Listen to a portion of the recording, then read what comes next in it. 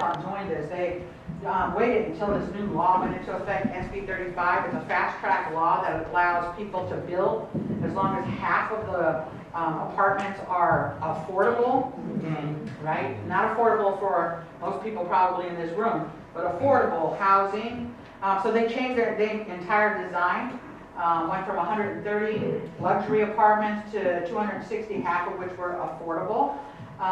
And the crazy thing is that with all the housing that's needed in the Bay Area, there was not any housing group that came forward and was in favor of this, right?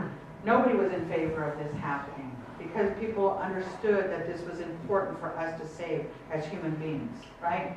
And so the city said no to both SB 35 things that went through for ministerial permitting process, and are probably about to get sued.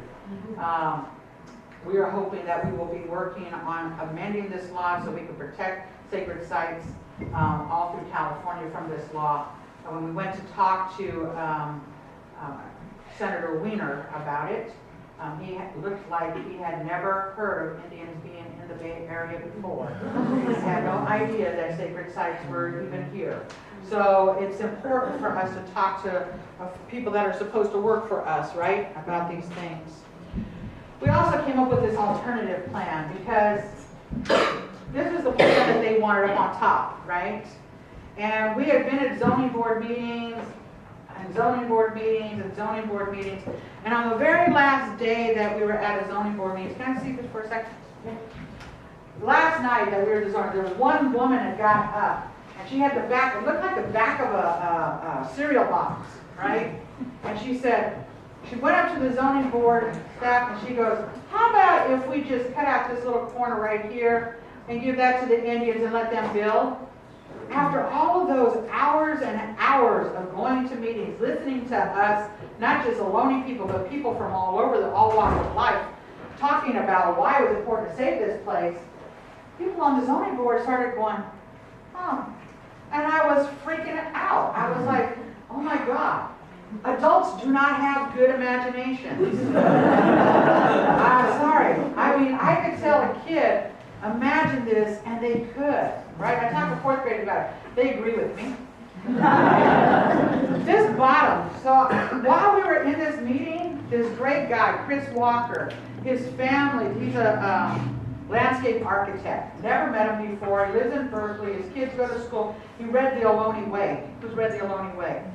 All right. So a lot of people read the Ohlone Way. Just hit its 40th year.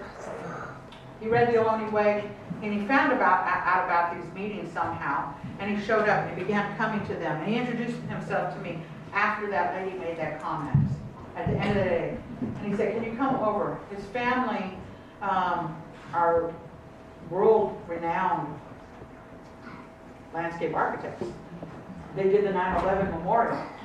They did stuff about recreating space and place for Aboriginal people in Australia.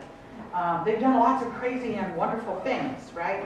And so he said, let me help you create a design. And so I said, okay.